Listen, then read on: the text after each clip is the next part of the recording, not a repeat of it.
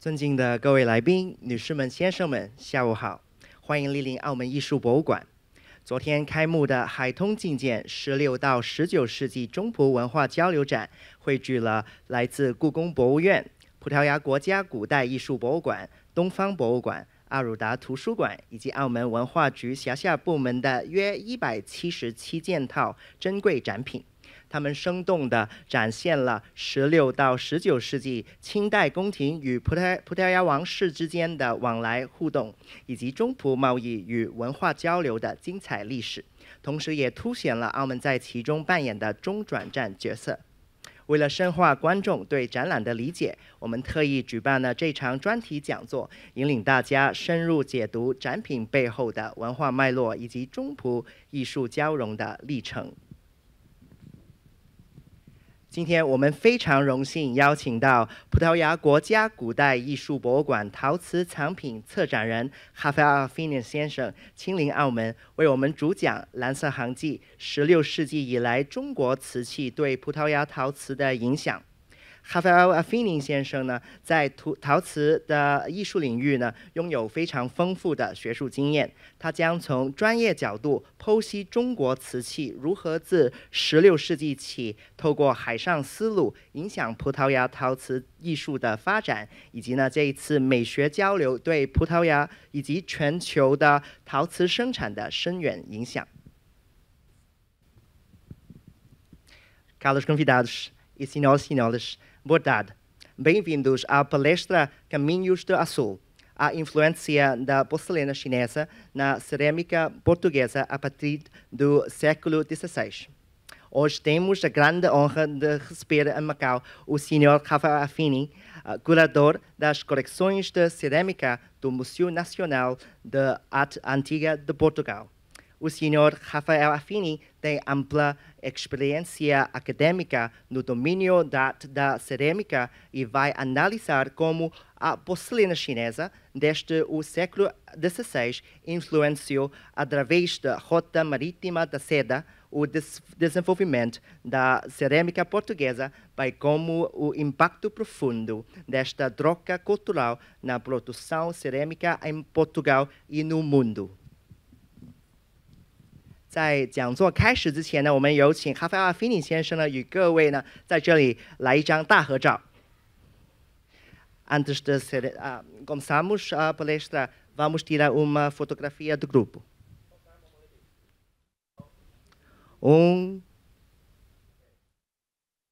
Dois, três.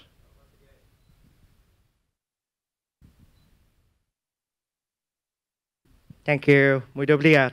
谢谢各位。现在我们以热烈的掌声欢迎 Rafael Afini 先生。Obrigado a todos. Agora vamos receber o Sr. Rafael Afini com uma salva de palmas.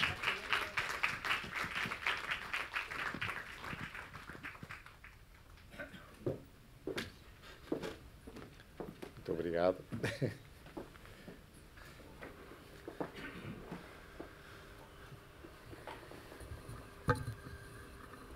Muito boa tarde a todos. Muito obrigado por terem vindo e começo também, em primeiro lugar, por agradecer o convite para esta palestra, que foi endereçada pelo Museu de Arte de Macau, a realizar no âmbito da exposição sobre os reflexos das relações marítimas e das trocas culturais sino-portuguesas entre os séculos XVI e XIX. O Museu Nacional de Arte Antiga tem uma coleção de cerâmica onde esta história era um pouco contada na nossa exposição permanente, na área da cerâmica, no segundo piso, que está agora a levar uma grande remodelação e que também por isso o museu está fechado para obras. E por isso também foi possível trazer para Macau, para esta exposição, uma série de peças que de outra forma não poderiam vir, em tão grande número pelo menos, mas que são um conjunto de peças que justamente documenta estes caminhos cruzados, estes caminhos nos dois sentidos, quer da porcelana chinesa, que foi importada para a Europa a partir do início do século XVI em maior quantidade do que antes, porque antes chegava, e depois da influência que a porcelana chinesa acabou por ter na produção das faianças portuguesas, e como as faianças portuguesas se tornaram elas também um produto que acabou por ser difundido por todo o mundo.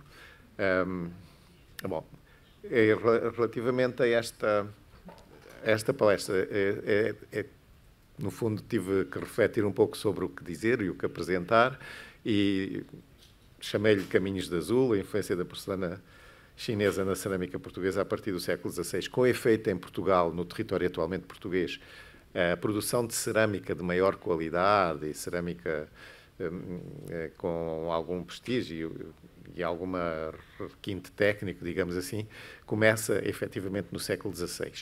Antes chegavam lá produtos que vinham de outros sítios, de outras origens, produtos de qualidade, já importados, até de outras áreas da Península Ibérica, mas em produções locais, não tínhamos nenhumas cerâmicas assim com alguma importância. E é a partir do século XVI exatamente que começa a produção das faianças portuguesas, uma cerâmica que usa argilas claras, brancas, beges, às vezes rosadas, e que depois tem um acabamento com um vidrado de estanho branco, e que durante o século XVI as produções são relativamente simples e são isso, mas depois complexificam-se a partir dos finais do século XVI e sobretudo no XVII, de uma forma que vamos ver.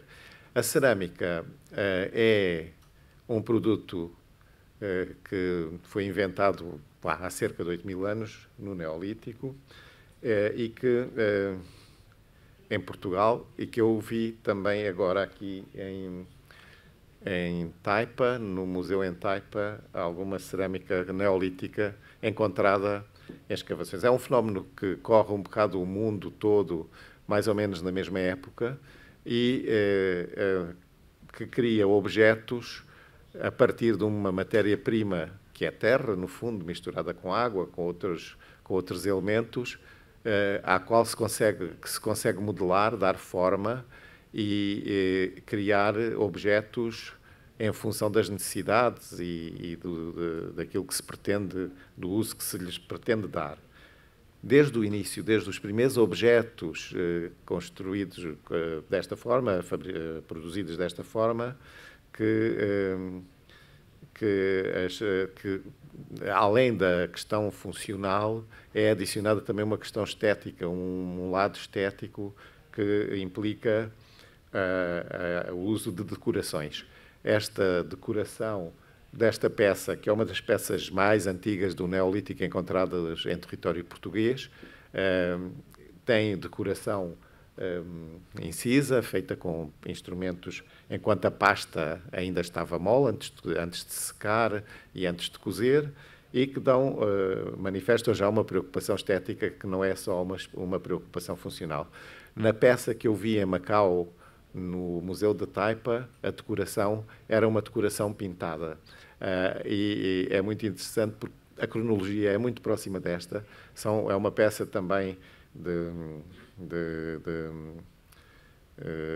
Neolítico, portanto, mais ou menos com a mesma idade, e é também uma peça que, além de um caráter funcional, tem também um lado estético, decorativo, que se manifesta, nesse caso, através da pintura.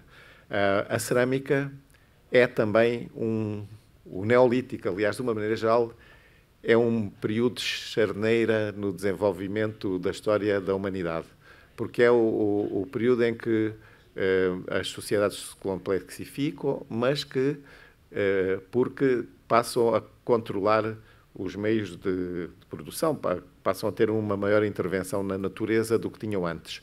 Antes, as comunidades sobreviviam como caçadores-recoletores, que se limitavam a recolher aquilo que a natureza produzia. A partir do Neolítico, passa a desenvolver-se a agricultura, a criação de animais e, portanto, passa a haver maior segurança até na sobrevivência das populações, Não é claro que não deixam de ser caçadores e recoletores, mas passam a ter uma parte dos recursos de que necessitam para a sobrevivência garantida.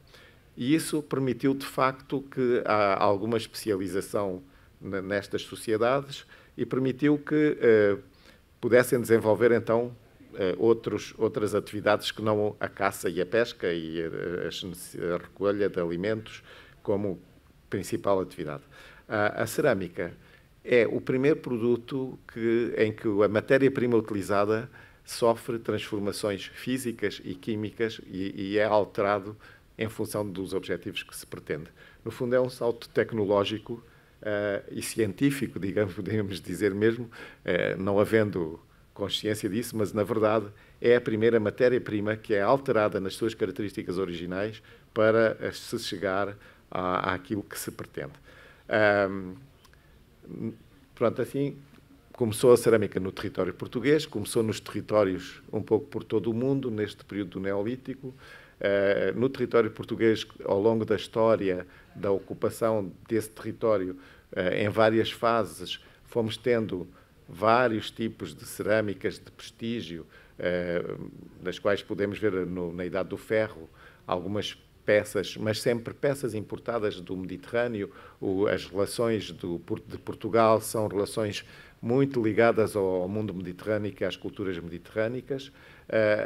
Vamos ver, por exemplo, no período romano, o surgimento de cerâmicas de prestígio, que eram as terras sigilatas, e vamos encontrando outros tipos de cerâmicas, mas que eram importadas. Apesar de haver centros de produção na Península Ibérica, nenhum deles se situa no território atualmente português.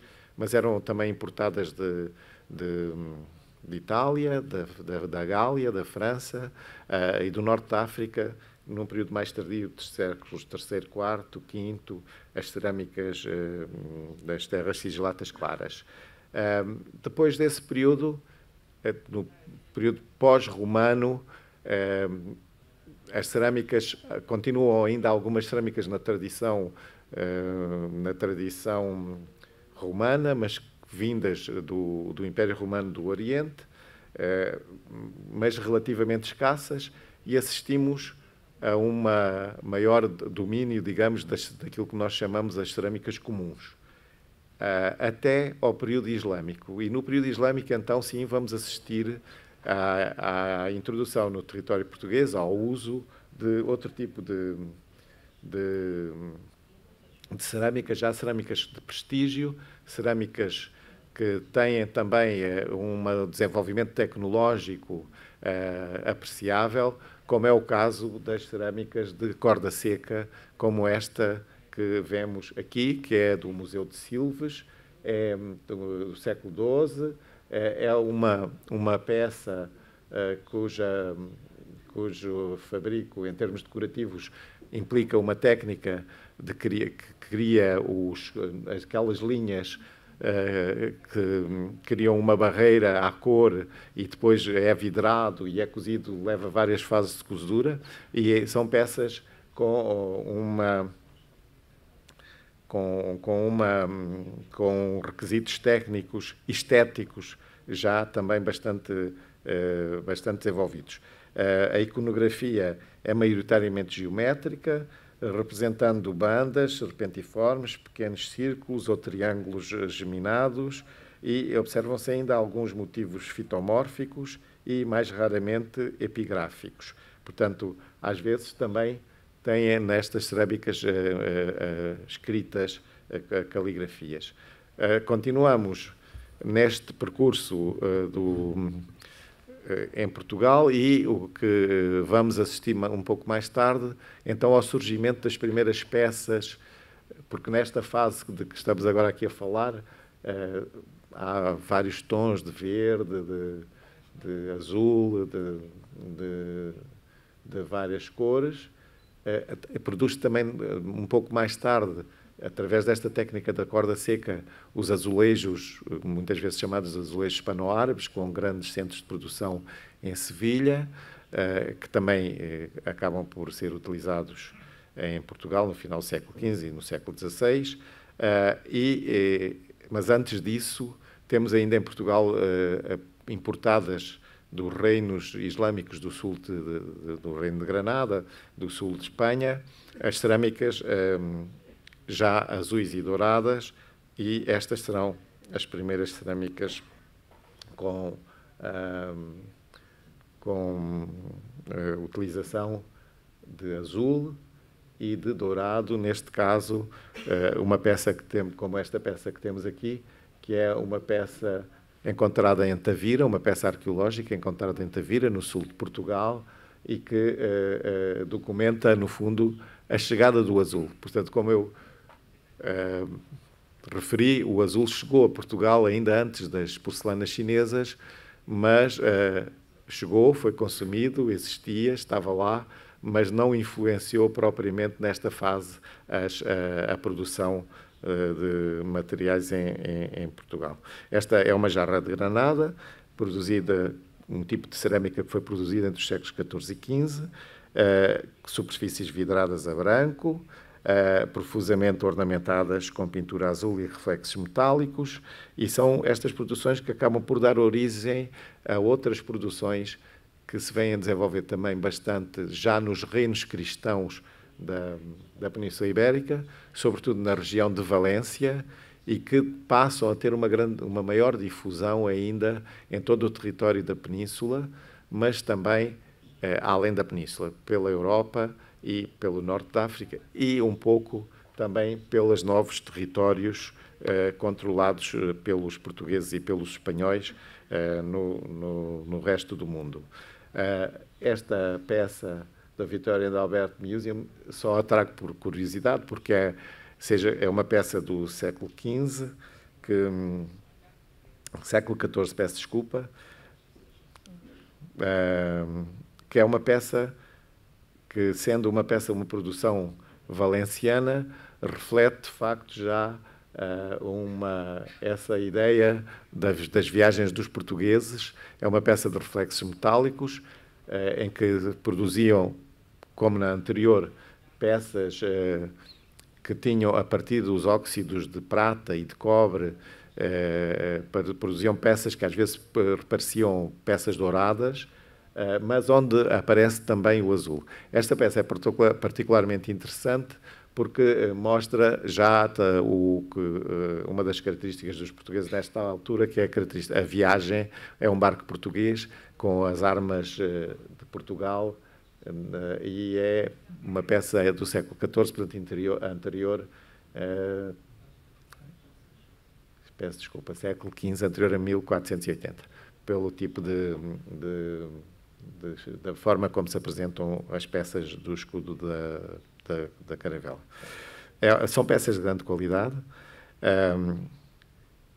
onde se vê o barco, como já vimos. São peças que depois, aqui já são produções do Reino de Valência, em que usam a mesma técnica islâmica. Aliás, sabemos que muitos dos oleiros que começaram inicialmente a trabalhar na área de Valência eram oleiros muçulmanos que tinham ficado por lá ou que iam do Reino de Granada para lá trabalhar. E com o tempo, os oleiros cristãos acabaram também por produzir estas peças. Este tipo de peças, já dos finais do século XV, estas, neste caso, temos peças já da coleção do Museu Nacional de Arte Antiga, em que vemos, são peças de aparato, são peças já com algum requinte e que se destinavam ao consumo das classes sociais mais favorecidas, da nobreza, do clero, sobretudo. Eram importadas do Norte de África e são cerâmicas de aparato, que muitas vezes não quer dizer que não pudessem ser usadas para servir os alimentos numa refeição, mas muitas vezes elas eram usadas simplesmente para decoração nos salões das casas senhoriais e de alguns conventos também. Como vemos, quer numa peça, quer noutra, a aplicação não só dos reflexos dourados, mas também a aplicação de azul. Portanto, o azul está lá, mas é uma cor secundária, não é a cor predominante, e aparece sobretudo na face principal, porque na parte no exterior dos pratos, são maioritariamente pratos, mas há outras peças. A coleção do Museu Nacional de Arte Antiga tem particularmente pratos, não tem muitas outras peças de outras formas, mas aqui também mostro no segundo prato o exterior do prato, porque ele era também muitas vezes profusamente decorado de formas mais simples, formas vegetalistas, e normalmente no exterior nunca aparece o azul, aparece sempre na parte no interior do prato, na parte que é mais visível e na parte, portanto, era uma cor ainda usada com alguma cerimónia, digamos assim. Não seria tão abundante o pigmento. E estamos aqui ainda neste mundo em que a Europa e a Ásia, apesar de terem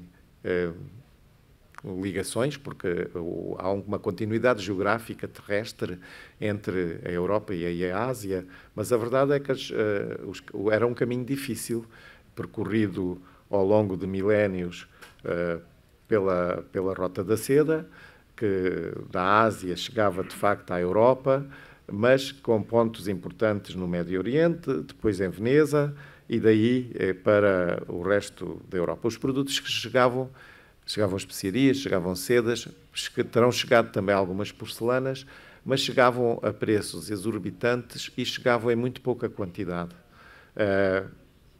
Era este um percurso difícil, era um percurso que demorava, podia demorar vários anos as peças a chegarem, e com muitos percalços pelo caminho, com os perigos dos salteadores, as taxas alfandegárias que já existiam e que era preciso pagar, as portagens, de passagem pelos vários territórios. Portanto, as peças acabavam por chegar nas caravanas, por muito grandes que fossem as caravanas, os limites de carga eram, de facto, bastantes. E as peças acabavam por chegar em pouca quantidade e a preços muito, muito caros. Este cenário vai mudar completamente com a chegada dos portugueses, de facto, ao Oriente, pelo mar. A vinda pelo Atlântico não era fácil, é um caminho que começou, as explorações começaram nos inícios do século XV, os navegadores portugueses foram avançando paulatinamente, explorando a costa africana, chegaram às ilhas da Madeira e dos Açores e, no fim do século, já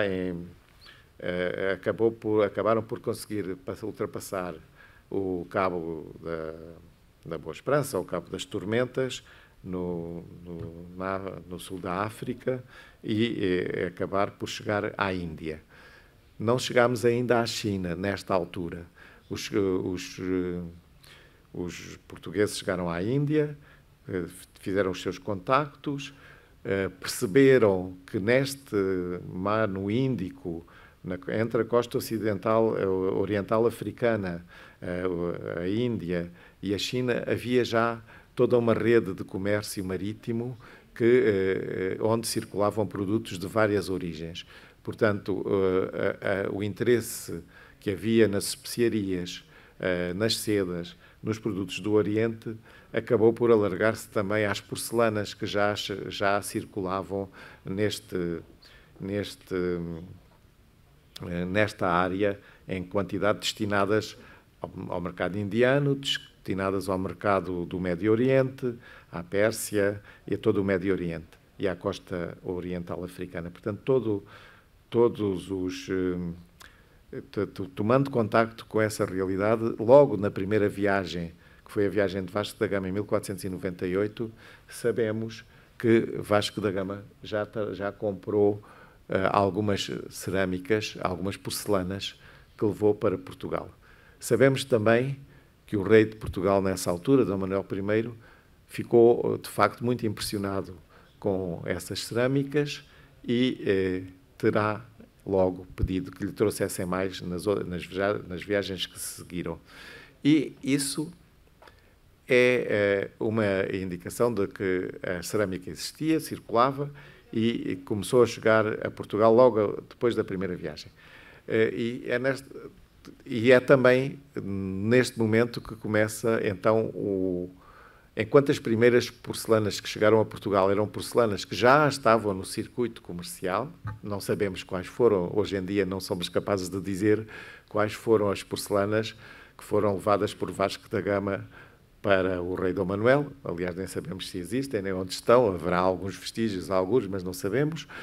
Mas sabemos que o Dom Manuel terá encomendado depois para si mesmo porcelanas com a sua insígnia, com as suas armas e com as armas de Portugal. E estamos em crer que logo, cerca de 1520, as primeiras encomendas, como nós chamamos as primeiras encomendas, terão chegado a Portugal com as armas, com as insígnias do rei Dom Manuel.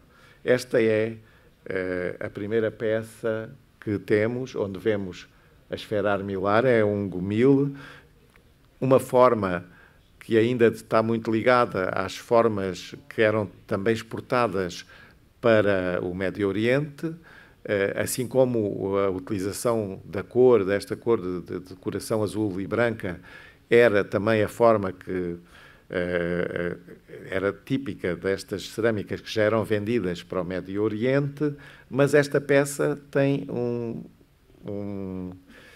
uma característica especial e fundamental, que é realmente ostentar de um lado e do outro a esfera armilar, que era a insígnia do rei Dom Manuel. Portanto, as primeiras porcelanas chinesas a refletir a influência europeia foram produzidas em Jingdezhen, não sei se estou a dizer bem, na província de Jiangxi, durante o reinado de Zhengde, que reinou de 1506 a 1521. E foram especificamente produzidas para o mercado português, apesar das proibições comerciais impostas pelo imperador Jiajing entre 1522 e 1566, os comerciantes portugueses mantiveram contactos clandestinos ao longo da costa do sudeste da China e influenciando a produção cerâmica local.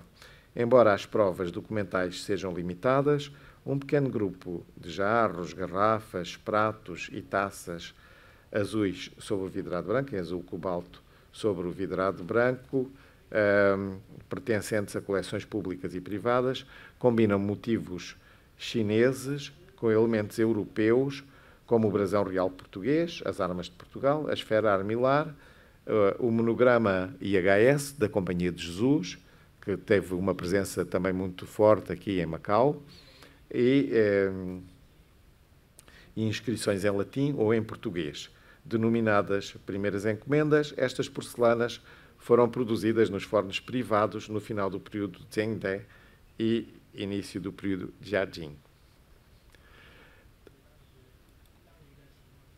Temos aqui, então, no lado esquerdo, um gomil também, com as insígnias dos jesuítas.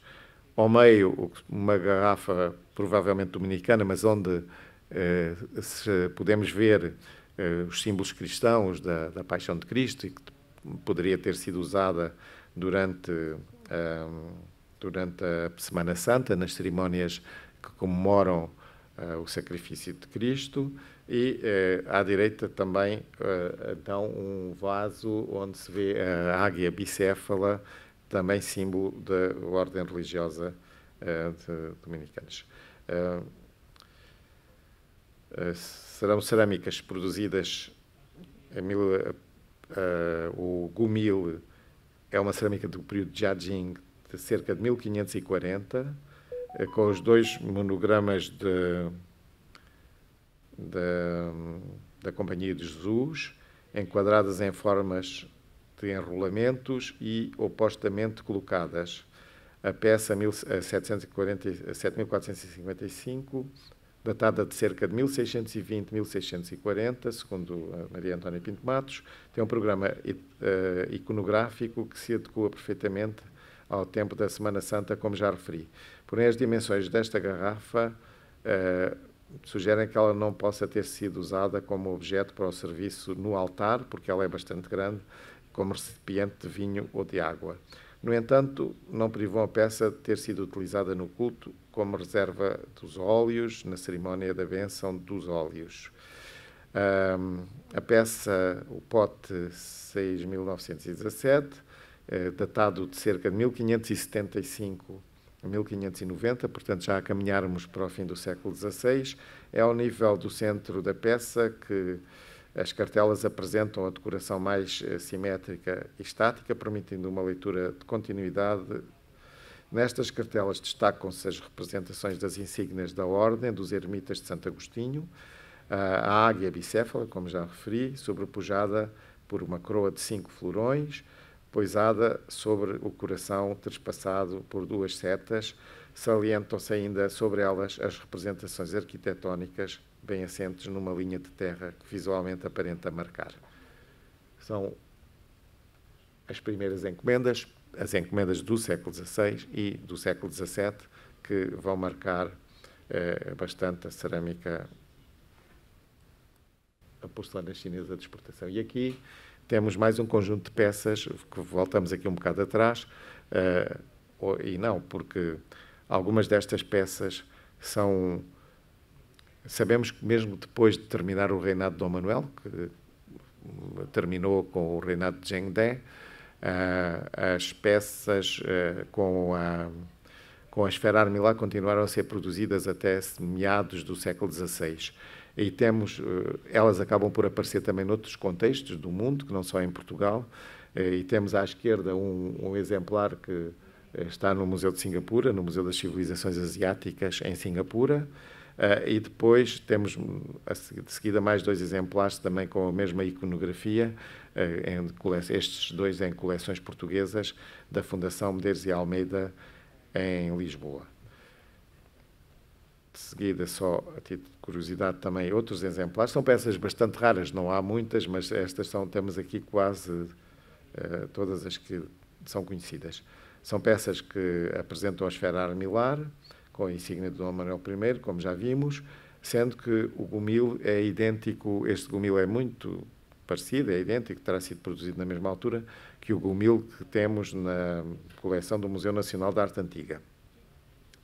Só o gomil do Museu Nacional de Arte Antiga está em melhor estado de conservação. Este, apesar de estar com este bom aspecto, tem aqui algumas partes que são restauradas, nomeadamente a ponte entre que liga esta ponte aqui é restaurada, não é? Ou já não, a peça chegou-nos já sem essa parte, mas não é por isso que tem menos importância. E na garrafa que vemos à direita temos também as insígnias manuelinas. Depois temos também outras peças, como por exemplo a Taça Ave Maria de 1540, 1550, a garrafa de Jorge Álvares datada de 1552, que são de facto peças que, tendo sido feitas, têm inscrições em português, que às vezes não são muito corretas. Os artesãos chineses não conheciam a língua e reproduziam gravuras ou desenhos que lhes eram mandados e, às vezes, não são, têm algumas dificuldades. A peça Ave Maria Gracia Plena, Domino, é uma garrafa da Fundação Renato Albuquerque, também, do período Ming, datada de 1552, e a garrafa é uma garrafa que terá sido mandada fazer por um comerciante português que, instalado na ilha de Shangzhuang, não sei, São João, que Jorge Álvares, e diz na sua inscrição, diz que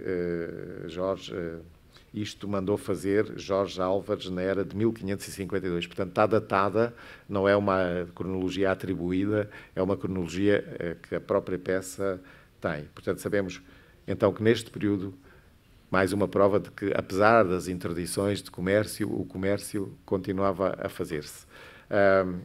Jorge Álvares era um comerciante português que vivia nesta ilha de que eu falei e onde São Francisco Xavier também terá passado e terá ficado por lá. Era de tal forma era de tal forma a admiração pelas porcelanas chinesas que no Palácio de Santos, em Lisboa, existe ainda hoje, existia uma sala a partir do século XVI, que era a chamada Sala das Porcelanas. Desta sala, sabemos pelas descrições da época que era toda revestida a porcelanas, não só o teto, mas as paredes também.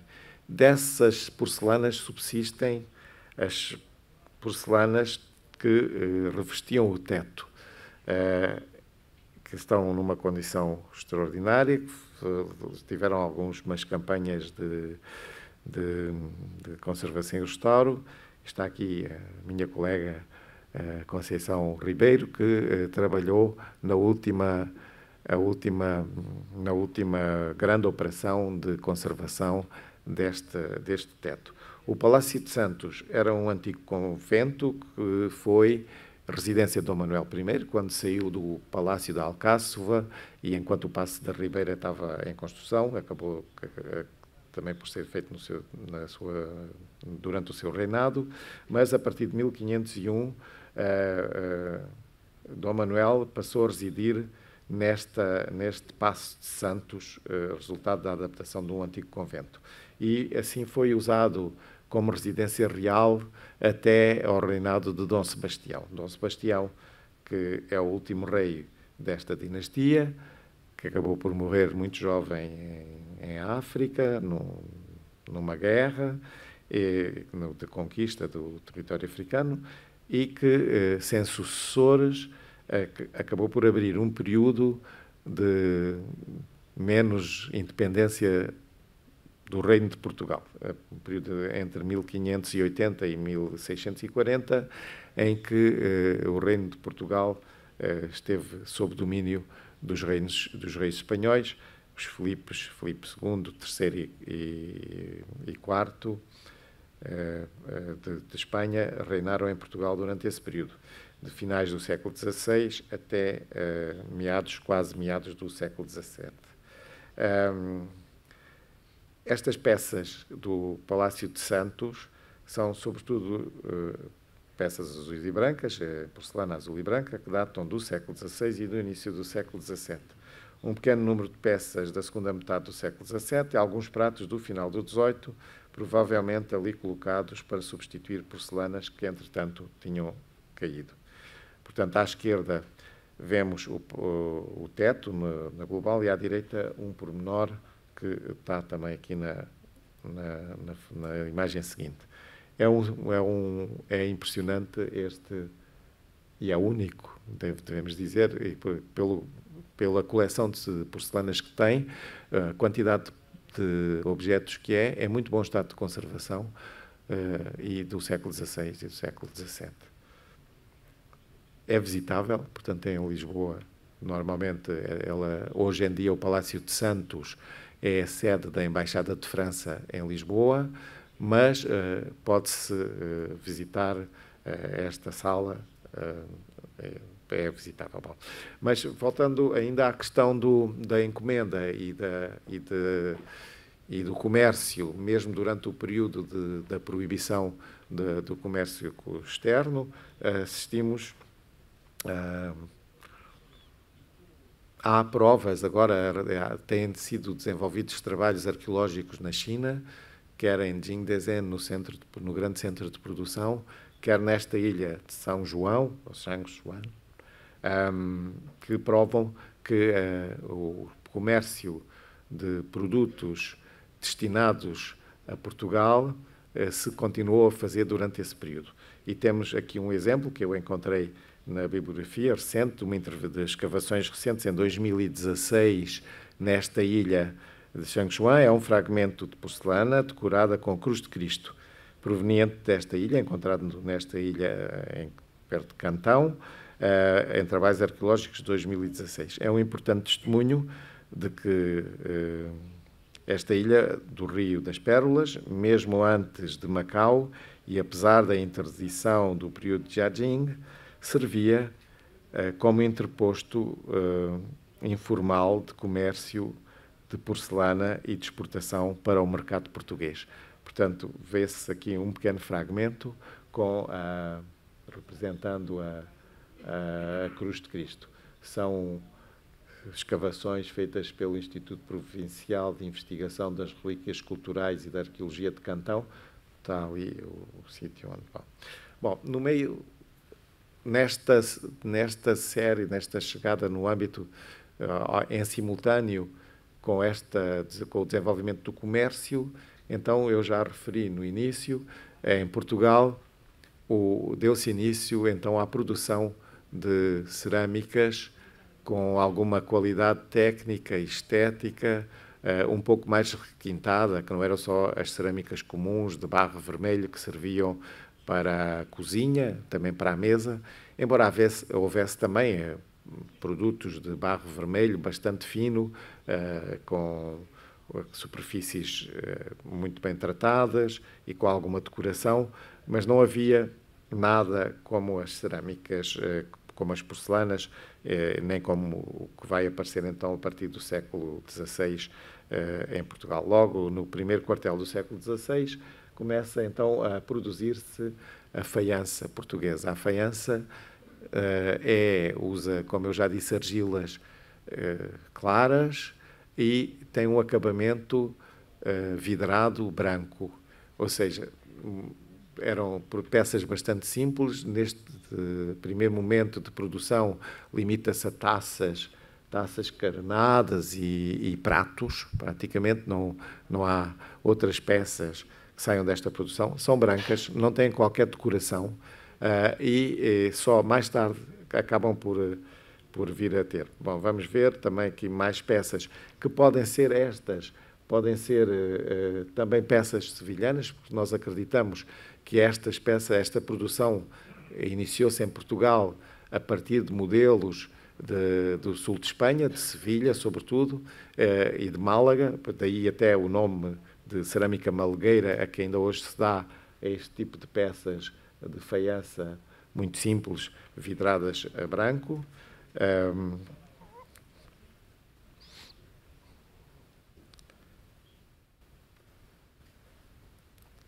Mais uns exemplos também de uma intervenção arqueológica no edifício da Garagem Avenida, em Coimbra, uma pequena malga. Malga também é uma palavra que vem de Málaga e que tem a ver com este tipo que se usa muito correntemente em português, sobretudo no Norte, para referir uma tigela, não é? Uma taça, uma malga carnada de paredes grossas e esmalte estanífero grosseiro, atribuído ao século XVI, com destaque para a sua segunda metade do século XVI. E na segunda metade do século XVI, já para o final do século, então, eu não tenho imagens a cores, mas começam a aparecer as primeiras decorações a azul nestas peças. São, de início, decorações muito simples, com círculos concêntricos aplicados junto ao bordo das peças, dos pratos e das tigelas, ou junto ao fundo. Aparecem também já com alguns apontamentos de estilo fitomórfico, como vemos na peça da direita, que parece ter uma espécie de uma folha, ou um peixe. Bom, século XVI, portanto, é referido por vários autores como o período em que se inicia em Portugal a produção de faiança vidrada, o que vem sendo confirmado pelos resultados de vários trabalhos arqueológicos. O mais antigo centro de produção conhecido é a Mata da Machada, no Barreiro, de que vimos aquela primeira peça aqui já no slide, 2 slides antes, que produziu faiança vidrada a branco, estanífero, simples, sem qualquer decoração. As mais antigas peças são claramente influenciadas pelas produções sevilhanas, comumente referidas como malegueiras, nem sempre sendo fácil a distinção entre estas produções e as primeiras produções portuguesas. É necessário ainda desenvolver estudos das pastas, de caracterização dos componentes das pastas. As primeiras decorações incipientes, linhas concêntricas simples e apontamentos figurativos, o elemento vegetal, um peixe, são exclusivamente em azul cobalto. Esta influência do azul vem também ainda das peças da Península Ibérica e das peças de Talavera, onde já se usava também o azul nas decorações. Contudo, Logo, bom, estão aqui mais exemplos também. Vemos aqui um peixe, mas com os círculos concêntricos, círculos, sempre, no fundo, não passa, não há mais, e aqui ainda peças só simples, sem decoração. Não, mas, ao mesmo tempo, no final do século XVI, começam a aparecer, então, as primeiras peças já com decoração azul e já inspiradas nas cerâmicas chinesas, como esta peça, que foi encontrada em escavações em Inglaterra, num contexto de finais do século XVI. Como veem, a aba do prato já com decorações, como eram as decorações da porcelana, de alguma porcelana chinesa dessa época, e o fundo reservado para ter paisagens, neste caso paisagens vegetais, vegetalistas. Então, a arqueologia tem dado um avanço importante nesta questão, porque estes contextos, não só em Portugal, mas muitas vezes também, sobretudo fora de Portugal, para onde estas porcelanas, estas faianças começaram também a ser exportadas, porque a porcelana chegava da China a Portugal e era exportada para a Europa e para as Américas e para outros sítios. Mas com a porcelana, acabaram também por começar a ser exportadas as faianças portuguesas. O que tem permitido que, quando se fazem trabalhos arqueológicos em Inglaterra, na Holanda, na Alemanha, nos Estados Unidos, tem permitido estabelecer cronologias mais precisas para estas produções. Nós tínhamos até ao final do século XX, os estudos sobre as faianças portuguesas estabeleciam 4 períodos fundamentais que coincidiam genericamente com os quatro quartéis do século XVII e não recuavam as faianças decoradas para períodos anteriores ao século XVII, e estabeleciam as cronologias, sobretudo a partir das peças, de algumas peças que exibiam datas, peças datadas, e que estavam em coleções de museus ou coleções privadas. Ora, essas peças é um universo de cerâmica relativamente limitado, porque nas coleções dos museus e as coleções privadas têm as peças de melhor qualidade, as peças, não há peças fragmentadas normalmente, e essas encontram-se realmente em contextos arqueológicos e que permitem, de facto, datações bastante precisas. Portanto, podemos, com estes trabalhos arqueológicos, recuar a cronologia da produção de faiança portuguesa, com influência chinesa aos finais do século XVI. Portanto, e a partir daí, sobretudo na primeira metade do século XVI, há produções muito que imitam com bastante rigor e cuidado o que são as porcelanas chinesas, sobretudo um tipo de porcelana que no final do século XVI começa a ser muito produzida para o mercado holandês, mas não só, que é a Krak Porcelain, que vai inspirar bastante as produções de faiança portuguesa. E não só, porque ao exportarmos quer as porcelanas, quer as faianças portuguesas, este fenómeno de criação e de recriação e de cópia e de produção vai alargar-se também a toda a Europa e passa a haver faianças holandesas, faianças francesas, faianças italianas, faianças espanholas, que vão também reproduzir os modelos chineses. E é impressionante como são todas muito semelhantes umas às outras. Eu vi há uns tempos numa conferência uma autora que tem estudado muito estas questões ultimamente, que compunha um prato com secções de faiança e porcelana, porcelana Krak e faiança dos vários países onde ela foi imitada, e realmente nós olhávamos Eu penso que a faiança, a porcelana, conseguimos distinguir pela brancura da peça, mas as outras eram todas muito semelhantes umas às outras.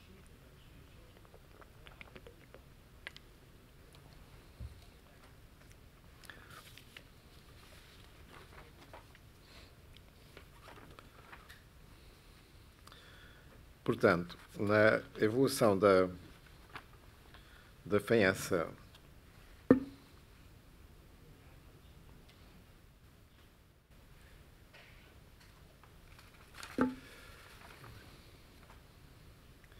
começando então no final do primeiro quartel do século XVI, as produções vidradas branco e azul terão terminado já no século XVIII, 1766, com a abertura da fábrica do Rato e das fábricas já industriais de faiança.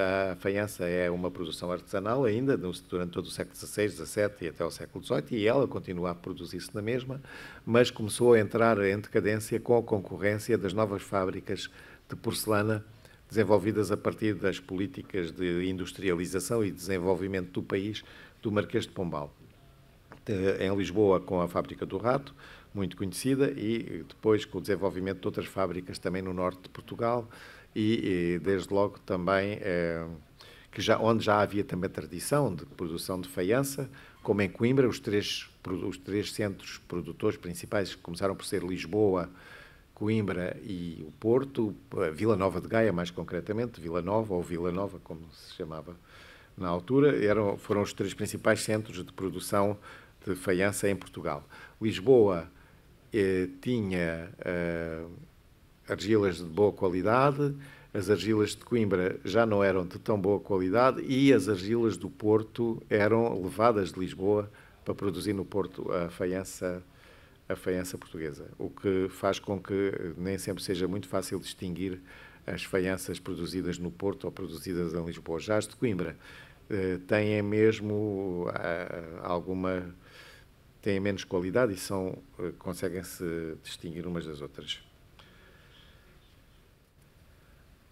Ora, começando então, só revendo tudo o que eu tenho vindo a dizer, começando no final do primeiro quartel do século XVI, com as produções vidradas a branco e terminando em 1766, antes da abertura das primeiras fábricas resultantes das políticas de industrialização do país, conduzidas pelo governo do Marquês de Pombal, a evolução cronoestilística da produção da faiança portuguesa, segundo os dados agora disponíveis e sistematizados por esta autora, estou a referir-me a Tânia Casemiro, passa, num primeiro momento, balizada entre 1520 e 1570, pela produção de faiança muito simples, com um repertório de formas limitado a pratos com fundo em ónfalo, taças carnadas, jarros e candelabros, apenas revestidos por um vidrado estanífero branco, de inspiração formal sevilhana no sul de Espanha.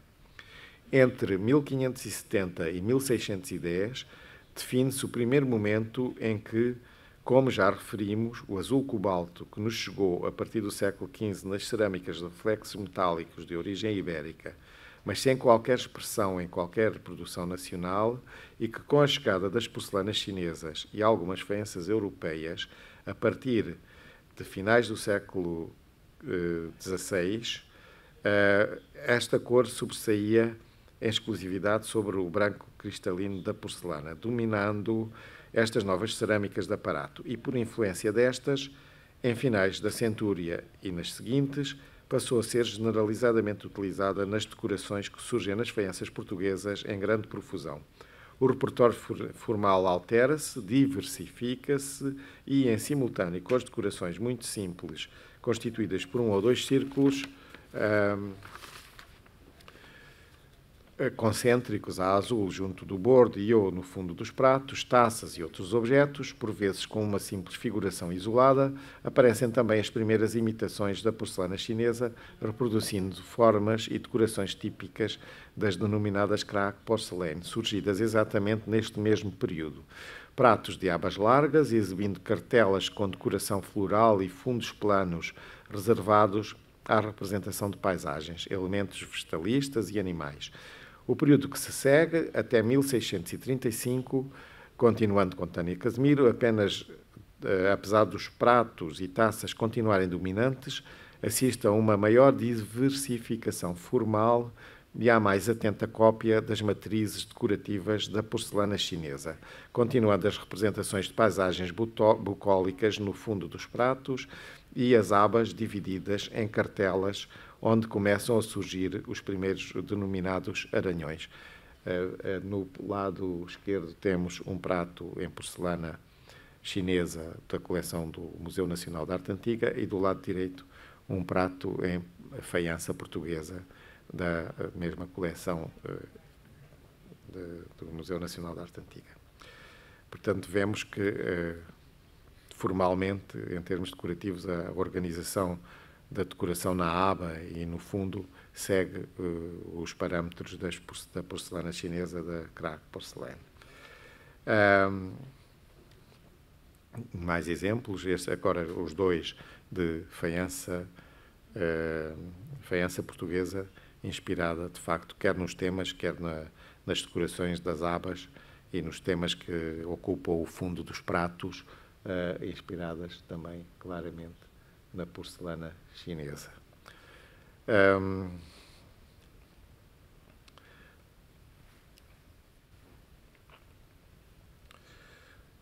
O período que se segue, até 1635, continuando com Tânia, apesar dos pratos e taças continuarem dominantes, já vimos esta parte, é ainda neste período que, à semelhança do que já acontecia nas porcelanas chinesas, começam a surgir os brasões das famílias nobres portuguesas, mas também encomendados por famílias de outras regiões da Europa, introduzindo estes elementos ocidentais em convívio com a decoração de forte influência oriental, ficando ainda demonstrado que também estas produções, a par com a porcelana, se destinavam ao consumo de cerâmicas de aparato pelas elites europeias.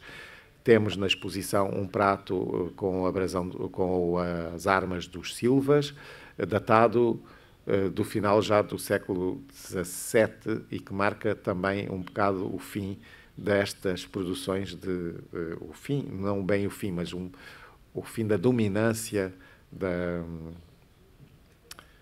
do final do século XVIII, que marca o fim da dominância da porcelana, da faiança portuguesa, também na produção portuguesa, substituída então pelas novas fábricas do Rato. Nos anos que se seguem, até 1660, vamos assistir à intensificação a todos os níveis da produção da faiança da época moderna em Portugal, ao aumento da produção, que passa a ter um público muito alargado. Em simultâneo com alguma perda de qualidade das produções mais massificadas, em aparente contraciclo, a partir de meados do século, verificamos o aparecimento de produtos a que se convencionou chamar de desenho miúdo, que recuperam a qualidade material e, com intensidade, a inspiração chinesa nos temas representados. As pequenas figuras representam pessoas, animais, plantas e paisagens, surgindo em grande profusão nestas peças e ao azul e, muito raramente, ao amarelo. Em alguns casos, as pequenas figuras são contornadas por finas linhas em violeta manganês. Portanto, aparece uma nova cor, que já não é só o azul cobalto, mas também uma cor que ajuda a definição do desenho. E temos isso aqui bem patente nestas duas peças, que estão também na exposição, e que todos podem ver.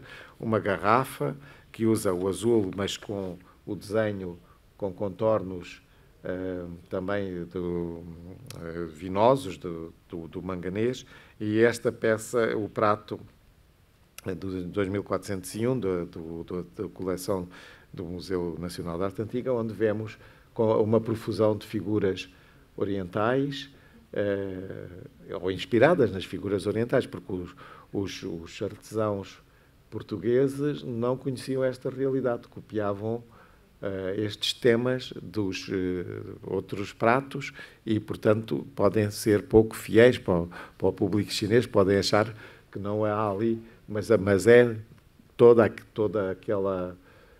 a inspiração, em termos formais, em termos as figuras, são de facto figuras figuras chinesas, que também apareciam na porcelana e na expressão dos oleiros portugueses. Nos anos que se seguem,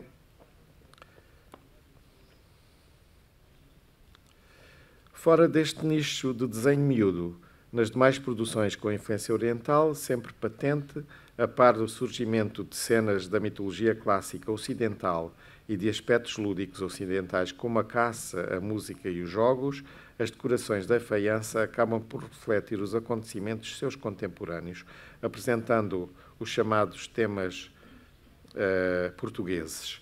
Temos também na exposição, se virem, figuras, um prato que tem um cavalheiro com uma bengala, que alguns autores pensam que se tratar-se de Dom João IV. Dom João IV foi o rei que restabeleceu a independência de Portugal, fundador da dinastia dos Braganças, da última dinastia que reinou em Portugal até 1910, até a implantação da República, e ele surge. Mas surgem também temas militares, com reproduções que se relacionam com a Guerra da Restauração, que se seguiu à restauração da independência, mas temas aparecem em maior profusão as armas das famílias portuguesas, as armas de algumas cidades, e podemos ver lá em cima também um pote de farmácia onde aparece as armas da cidade de Elvas, também de um convento da cidade, e os temas começam a diversificar-se e começam também a surgir os temas europeus pintados a azul, mas a decorar no fundo com neste cruzamento de influências entre o Oriente e o Ocidente. A partir com datas, há peças que estão datadas a partir de 1641, logo a seguir ao primeiro ano da recuperação da independência nacional, com armas das famílias novas. A ser correta, pronto, já falámos do Dom João IV e da peça que podemos ver na exposição. Nos últimos dois períodos da produção pré-industrial da faiança em Portugal, estabelecidos neste estudo, de 1660 a 1700 e 1700 a 1766, nunca desaparecendo por completo os produtos um pouco mais requintados, com qualidade material e decorativa, assiste-se a um aumento da produção de produtos de menor qualidade e à simplificação contínua das decorações, chegando no último período a uma espécie de retorno às origens, com a produção de faianças exclusivamente brancas, destinadas sobretudo a ambientes monásticos. Muitas vezes brancas e também com pequenos apontamentos a azul e a vinoso, cor de vinho, arroxeado. Nunca desaparecendo por completo as faianças com decoração a azul e branco, tornam-se muito mais comuns as que têm decorações polícromas das novas fábricas, que se afastam da predominante inspiração oriental. Contudo, a influência chinesa não se desvanece e, no século XVIII, o grande desenvolvimento da produção de revestimentos azulejares com decoração figurativa de natureza religiosa ou laica exprime-se com o mesmo azul e branco da porcelana chinesa, e do azulejo para outras cerâmicas de construção, a mesma cor acaba por aparecer também, já no século XIX, em telhas de beiral. Sobretudo na segunda metade do século XVIII, o azulejo será certamente do vosso conhecimento. Os azulejos em Portugal a partir do século XVII, mas já logo do século XVI, tem uma grande expressão na decoração dos espaços conventuais e palacianos, nas residências nobres, e a partir do século XVII e no século XVII, os azulejos são ainda, muitas vezes, azulejos de padrão, azul e amarelo, com o uso do amarelo muito, muito frequente. São azulejos, embora possam ter painéis figurativos, e têm muitas vezes, alguns também com influência oriental, e no século XVIII predomina o azul e branco, na azulejaria portuguesa. E predomina o azul e branco com temas dos mais variados, tudo pode ser representado naqueles painéis, conforme são produzidos para ambientes religiosos, para mosteiros, para igrejas ou para palácios e conventos. E neste caso, que vos vou apresentar de seguida, é um painel de azulejos produzido para a Universidade de Évora, que é uma cidade no interior, a oriente de Lisboa, mais ou menos a meio caminho entre Lisboa e a fronteira espanhola. Logo na entrada, esta é a segunda universidade portuguesa mais antiga, foi criada justamente nos finais do século XVI, pouco antes da perda da independência. É uma universidade jesuíta que esteve em funcionamento desde o século XVI até ao século XVIII, a altura em que o Marquês de Pombal, que foi promotor do grande desenvolvimento industrial, expulsou a Ordem dos Jesuítas de Portugal. A universidade esteve fechada, voltou a abrir em 1975, já no século XX. Mas o edifício continua lá, foi usado, entretanto, como liceu, mas, apesar de ter sido construído no século XVI, no século XVIII teve uma campanha de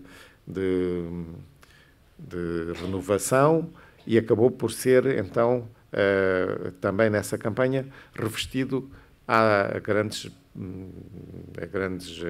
revestido a azulejos em muitas das suas salas. Nas salas de aula, às vezes os azulejos reproduzem temas que têm a ver com aquilo que se ensina naquela sala. Há a sala da alquimia, a sala da matemática, a sala da física, a sala... Bom, várias salas da filosofia. Há várias salas que reproduzem esses assuntos temáticos. Mas logo na entrada, que vemos na entrada para o claustro principal da universidade e a entrada principal, vemos então uma série de painéis de azulejos também com temas inspirados nos assuntos, com temas orientais. Veja-se aqui este em que há uma cena de jardim, de música, em que as figuras, a arquitetura, a forma também das plantas há muitas vezes estes azulejos no século XVIII são inspirados em gravuras que circulavam com imagens da China, do Oriente, e que eram reproduzidos depois nos azulejos. São, obviamente, também interpretações dos pintores portugueses, pronto, aqui é outra das painéis da entrada da Universidade de Évora. Estes azulejos com inspiração oriental, chinesa, existem também, por exemplo, no Palácio Pimenta, em Lisboa, que é uma das salas, é completamente revestida com azulejos deste tipo. O Palácio Pimenta é hoje em dia o Museu da Cidade, em Lisboa, ele está aberto ao público, pode ser visitado, e existe ainda também noutros sítios conhecidos. Voltando um pouco atrás, aqui mostro-vos a difusão da faiança portuguesa no mundo, segundo estes autores, em 2015.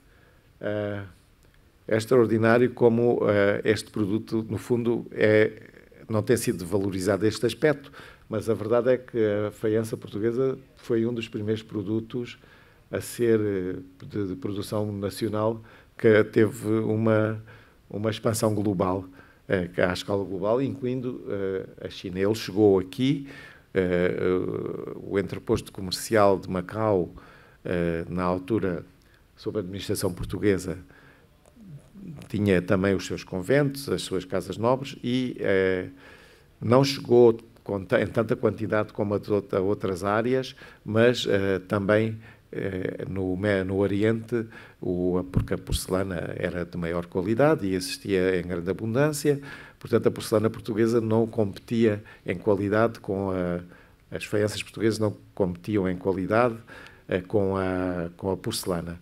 Contudo, ela chegou cá e foi consumida também em todas estas áreas Eu já vi um mapa mais atualizado em que a costa africana está marcada como um sítio onde em toda a costa africana têm aparecido também cerâmicas portuguesas, faianças portuguesas. E visitando o Museu de Macau, desde que cá estou, também tive a oportunidade de ver, por exemplo, este conjunto de potes de farmácia que são em faiança portuguesa e que foram usados, obviamente, em Macau. São faiança portuguesa do século XVII. E na exposição aqui também temos um pote de farmácia do Museu de Macau e mais uma pequena pia de água benta usada nas igrejas católicas, que também está na exposição. Portanto,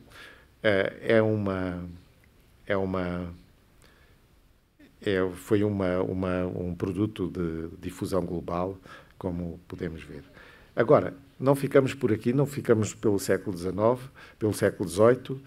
As faianças continuam a produzir-se com toda a sua diversidade, e no século XIX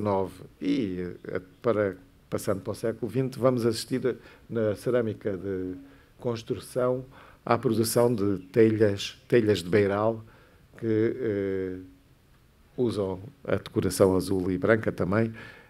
Isto já é um bocado afastado da influência oriental, mas na base do uso destas cores continuam a ser as mesmas cores, mesmo que as decorações já não tenham nada a ver com o que era a decoração chinesa. A verdade é que a produção de cerâmicas continuou pelo século XIX e também pelo século XX.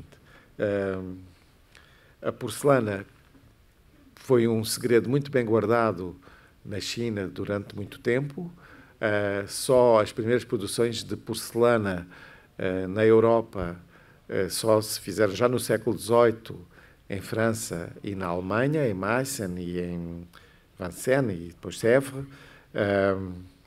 E em Portugal, a porcelana só começou a ser produzida no início do século XIX, 1826, por uma fábrica que ainda hoje existe, que é a Vista Alegre, uma marca que ainda hoje existe, e que também chega ao século XX a produzir uma porcelana que, no fundo, também continua a usar o azul e branco. Estas imagens não são muito boas, mas este é um serviço da Vista Alegre que se chama Cozinha Velha e que, no século XX, foi que ainda continua a existir, pode-se comprar, que no século XX foi uma produção que salvou a fábrica da falência. A fábrica que entrou num período muito decadente, esteve com dificuldades e este serviço, que é o serviço de mesa, foi de tal forma importante para a fábrica que fez com que ela se conseguisse manter durante mais algum tempo, até hoje. Ela hoje continua a existir. Mas o que é mais extraordinário ainda é que regressa, já no século XXI, regressa à China, à origem da porcelana, com a criação de um novo serviço, a que se chama exatamente Blue Ming, azul Ming, e que está aqui. É o serviço Blue Ming da Vista Alegre, lançado em 2017, e que procura alguns elementos das decorações florais, mas que, ao mesmo tempo que lança este serviço de mesa, com pratos, taças, toda a parafernália, encomendou também ao mesmo artista holandês, Marcel Wanders, que criasse uma coleção de peças como valor mais decorativo, como esculturas, como a peça que vemos à direita, que é uma peça desta coleção do Blue Ming, que nosso contemporâneo. Portanto, parece que é uma influência que está para durar na produção das cerâmicas portuguesas. É uma marca que fica e que, pelos vistos, vai continuar. Bom, eu agradeço-vos a vossa atenção e penso que podemos não quer falar? Não sei, podemos se calhar abrir agora um período para perguntas e respostas que queiram. Muito obrigado.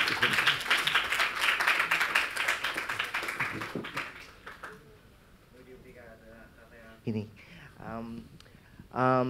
非常感谢哈菲尔·哈菲尼先生的这个精彩的讲解。现在呢，我们进入观众提问的环节。如果你有任何的问题呢，可以举手示意，然后我们会给你一个麦克风，也可以用中文问问题的。Muito obrigado, Sr. Rafael Afim, pela sua palestra, foi mesmo inspiradora. Agora vamos abrir o espaço para perguntas. Se tiverem alguma questão ou opinião, levantem a mão, por favor. 有任何问题吗 ？Perguntas? Obrigado. Thank you.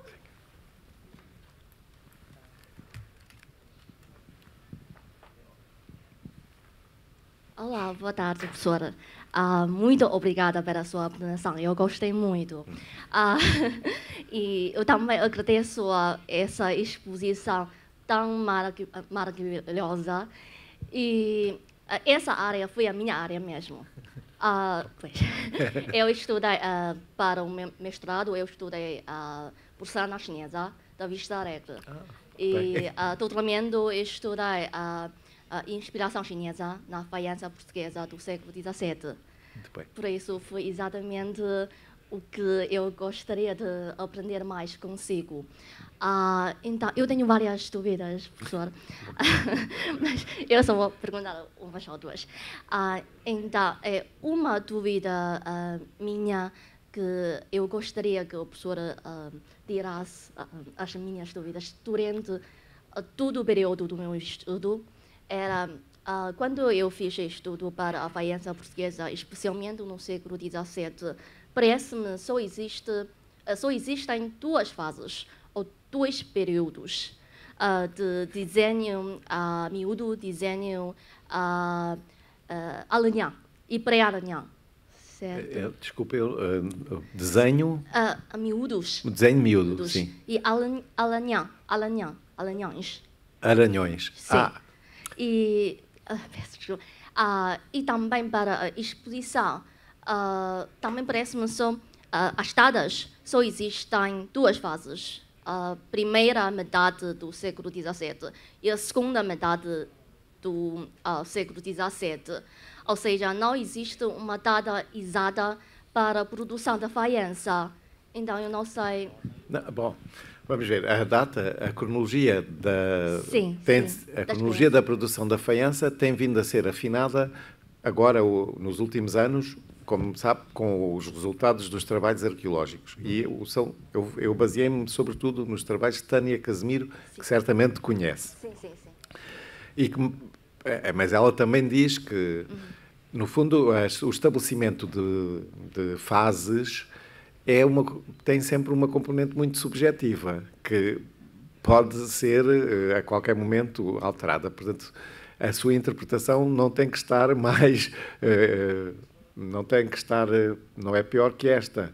Esta tem certamente os seus fundamentos. Agora, há uma tentativa, mas mesmo a Tânia Casemiro, quando estabelece estas 6 fases, ela diz que não há limites estanques, não há períodos estanques, porque as coisas continuam a produzir-se, mas tendencialmente vão desaparecer alguns tipos. Entre os aranhões e o desenho miúdo, os aranhões continuam também a existir ao mesmo tempo que o desenho miúdo, não é? Portanto, não há, de facto, a estabelecer... Eu penso que, em relação à faiança, ainda há um trabalho a fazer que, se calhar, não pode ser baseado tanto só nas decorações, tem que ser baseado também nas associações entre as decorações e as formas. Mas as formas também se repetem muito e, portanto, não é muito fácil estabelecer períodos. Se calhar, não devíamos estabelecer períodos e estabelecer um período inicial e um período final. que isso parece-me bem. O período de início da produção da faiança, simples, no início do século XVI, até ao período do início das fábricas do Marquês de Pombal. Esse é o período. Agora, temos que conseguir perceber, quando temos uma peça, convém que consigamos determinar a sua cronologia. Portanto, essa cronologia é contínua. Há períodos que se sobrepõem uns com os outros, há coisas mas elas são distinguíveis, temos que ter... Portanto, eu creio que esta questão do estabelecimento de períodos, da periodização, é mais uma questão prática para termos um instrumento que nos permita arrumar as coisas, arrumar aquilo que encontramos e arrumar as coleções e construir ao mesmo tempo essa sequência. Mas não é fácil, não é evidente, não é necessariamente sempre claro. Mas eu acho que temos que ter essa noção e saber que quer estabeleçamos 2 períodos, 4 períodos, 6 períodos, se calhar todos temos razão e todos temos alguns erros. Mas acho que em relação às cronologias anteriores, que só se considerava o século XVII, com 4 fases, eu acho que aí não estávamos bem. Portanto, melhora esta situação das 6, como se calhar as 2 também é melhor do que as 6, porque compreende, porque há mais informação agora, não é, do que havia durante quase todo o século XX. Portanto, as pessoas no século XX trabalharam com a informação que tinham. E não é que não estava errado o que diziam, o que estava era... E à medida que vamos tendo, se calhar vamos ter que estar sempre a rever estas sequências e estas cronologias, é o que me parece. Mas temos ainda muito trabalho para fazer e é bom que jovens como estejam a fazer esse trabalho e que possa continuar. Está bem? Obrigado. Muito obrigado. 非常感谢。还有其他问题吗 ？Alguma perguntas？ 如果没有，我有一个问题可以问，这是一个挺简单的，但是也可能挺难的问题，就是porque é que os portugueses também adoram a cor azul？ 为什么葡萄牙人也这么喜欢蓝色 ？Porque gostam do azul? Adoro. Isso é uma boa pergunta. Podemos perguntar aos portugueses aqui presentes.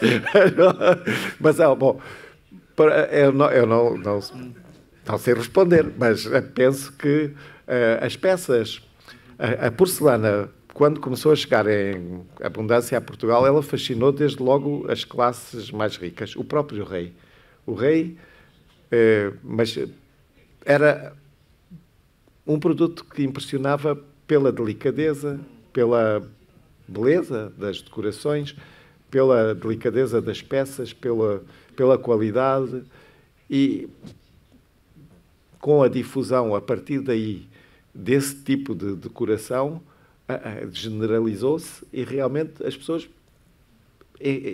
digamos que como interiorizaram na cultura portuguesa e que se vai transmitindo de geração em geração, esse gosto que realmente existe, é verdade, as pessoas gostam, porque se não fosse assim, as fábricas hoje não iam recuperar justamente o azul Ming e as coisas, porque é uma coisa que é muito apreciada, sem dúvida. Agora, porquê? Por se calhar temos um céu azul bonito também em Portugal e o azul das porcelanas é o azul do céu, o azul do mar, o azul do nosso mundo, no fundo da Terra, o planeta azul, não é? Não sei. Pode ser uma coisa que nós todos, não só dos portugueses, mas se calhar de toda a gente no mundo, não sei, mas não sei responder. Com precisão, não sei. Thank you. Muito obrigado. 前面的观众，好，下一位。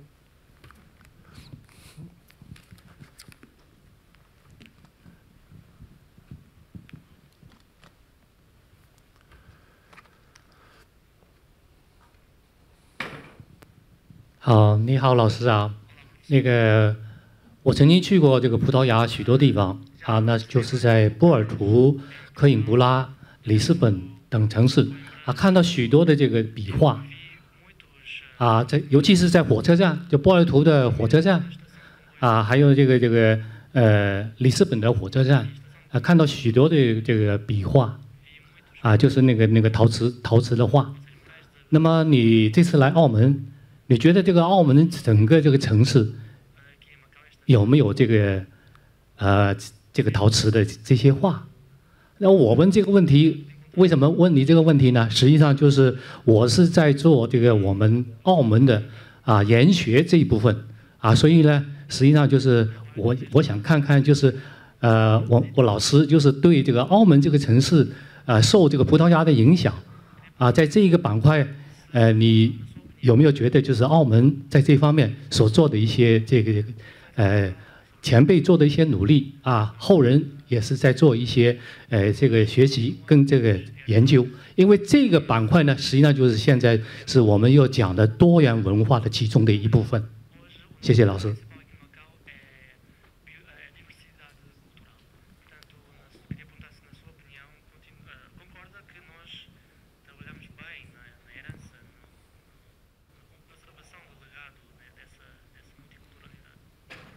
Bom, muito obrigado. É verdade, sobretudo no Porto, a estação de comboios, e nas estações de comboios pelo país todo, os azulejos, os painéis de azulejos, são uma realidade. São já do século XX, mas são também maioritariamente azul e branco, é verdade. E a estação de São Bento, no Porto, tem uma explosão de azulejos, porque são superfícies enormes, todas revestidas, e é verdade, existe de facto isso em Portugal, e são coisas muito recentes. Em Macau, eu vi alguns painéis de azulejos, passeando na rua. Não vi nas igrejas, como havia em Portugal, não sei se houve, se não houve, não vi, mas provavelmente houve ou haverá ainda noutros sítios revestimentos de azulejos noutros contextos macaenses, não sei. Onde eu vi muitos azulejos em grande quantidade foi também nos novos casinos, nos hotéis, nos casinos, no casino do MGM, que não me lembro agora, que são feitos agora, não é? Mas que são inspirados também, muitos, pelos vistos, inspirados nos monumentos portugueses. Vi na entrada de um deles muito revestimento azulejar, a reproduzir azulejos manuelinos, azulejos de aresta do final do século XV e século XVI, a reproduzir azulejos do século XVII e também azulejos azuis e brancos do século XVIII. Vi bastantes. Portanto, eu acho que esta ligação entre Macau e Portugal é uma ligação que também não vai desaparecer para aí assim, porque são 500 anos de história, de influências mútuas e de relações entre Portugal e a China.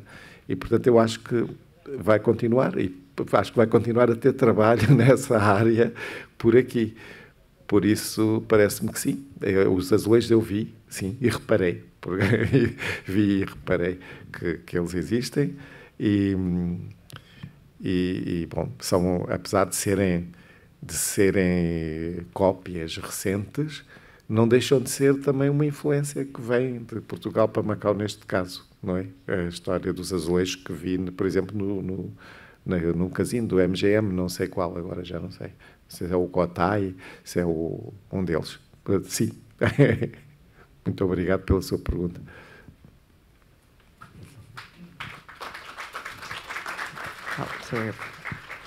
How are you going, T? Boa tarde, muito obrigado pela sua apresentação. Queria só fazer-lhe uma pergunta que tem a ver com um período da história de Portugal, que é o reinado do rei Dom João V, que por acaso estou a estudar no âmbito de um doutoramento em Belas Artes, A embaixada que o rei Dom João V enviou à China em 1725, salvo erro, acha que teve, ou sabe se teve alguma influência nesta troca, ou nesta, em relação à porcelana? Acha que teve que deu algum empurrão ou que teve alguma influência? Não sei, isto é uma coisa curiosa porque eu não estou a estudar, de facto, porcelana, estou a estudar música, portanto sim. Não tem nada a ver. Mas eu não sei porque, de facto, não...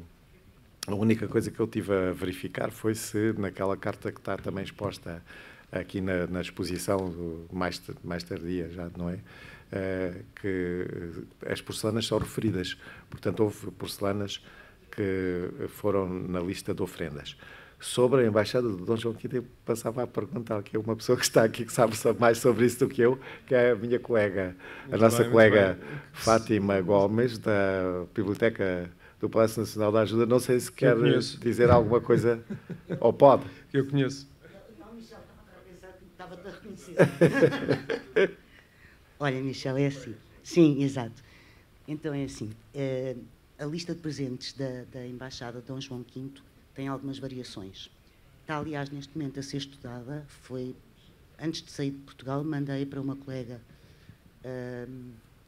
do Museu do Palácio Imperial, em Pequim, 2 códices que têm exatamente informação um bocadinho diferente em termos das peças.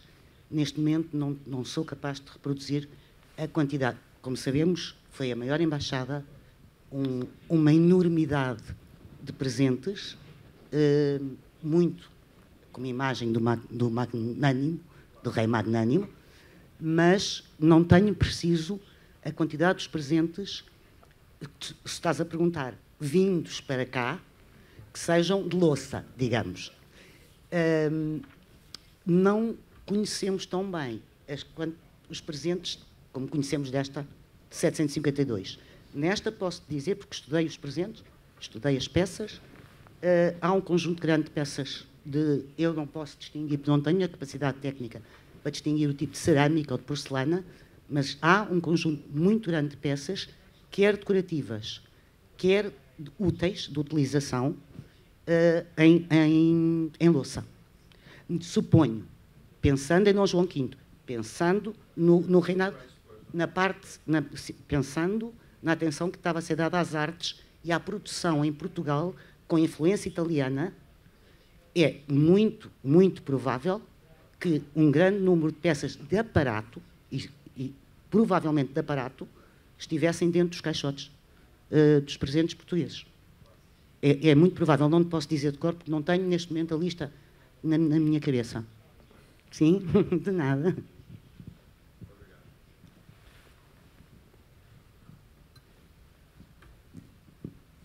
Thank you. Muito obrigado. Muito obrigado，感谢各位的积极的提问还有讲者的非常精彩的回应，相信大家在今天的讲座呢获得非常丰富的启发。我们诚邀各位前往澳门艺术博物馆4楼参观这个海通进谏16到19世纪中葡文化交流展，展期呢是到明年3月8日的。明天下午呢4点，我们还有澳门中乐团在展厅演奏，而为艺博馆之友而设的广彩体验工作坊以及呢青少年版画工作坊呢，现在已经透过一户通接受报名详情可以留意我们的官方网站，希望大家可以继续支持。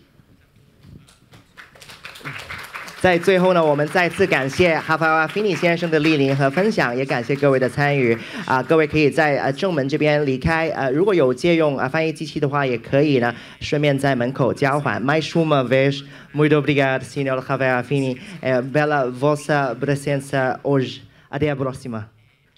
Obrigado.